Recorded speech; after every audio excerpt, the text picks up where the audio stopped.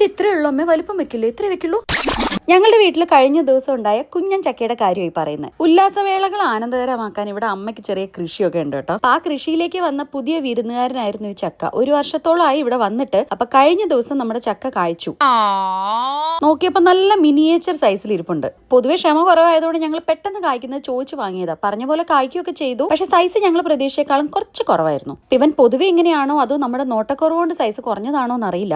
ചക്ക കൂടാതെ ഞങ്ങൾക്ക് ഇവിടെ കറിവേപ്പ് മരം, പെപ്പറിന്റെ വർഷങ്ങളോളം താങ്ങി നിർത്തുന്ന ഒരു പുളിയൊരു മാവ്, ബിലിമ്പിപ്പുളി, കുറച്ച് വാഴ, പിന്നെ അപ്പുറത്ത് കുറച്ച് ചെറി, സപ്പോട്ട, മഞ്ഞള്, കായ്ക്കാൻ ഒരു ഉദ്ദേശമില്ലാത്ത മുന്തിരിവള്ളികള്, മുരിങ്ങ മരം, പിന്നെ കപ്പ, ചേമ്പ്, വീണ്ടും ഒരു കുഞ്ഞു കറിവേപ്പില, പിന്നെ കുറച്ച് തുളസിയും അലോവേറയും ഒക്കെ ഉണ്ട്. അപ്പുറത്ത് പേരൊക്കെ ഉണ്ട്. അത് ഞാൻ പിന്നെ ഒരിക്കൽ കാണിച്ചു തരാം. അപ്പൊ കമ്മിങ് ബാക്ക് ടു ചക്ക ഏകദേശം ആയും തോന്നിയപ്പോ ഞങ്ങൾ ചക്ക മുറിച്ചെടുത്തു. പഴുത്ത സ്മെല്ലൊന്നും വന്നിരുന്നില്ല. പിന്നെ ഇത്രയും ചെറിയ ചക്കയിൽ എവിടെ നിന്ന് ചൊള ഉണ്ടാവാനാന്ന് വിചാരിച്ച് ഞങ്ങൾ നോക്കിയപ്പോ കുഞ്ഞൻ ചക്ക ഞങ്ങൾ ഞെട്ടിച്ചു. പുറമേന്ന് കാണുന്ന പോലെയല്ല, ഇഷ്ടംപോലെ ചൊളകൾ ഉണ്ടായിരുന്നു. അപ്പൊ ഈ കുഞ്ഞൻ ചക്ക ഇങ്ങനെ തന്നെയാണോ? ഇവൻ ഇനി സൈസ് വലുതാവോ?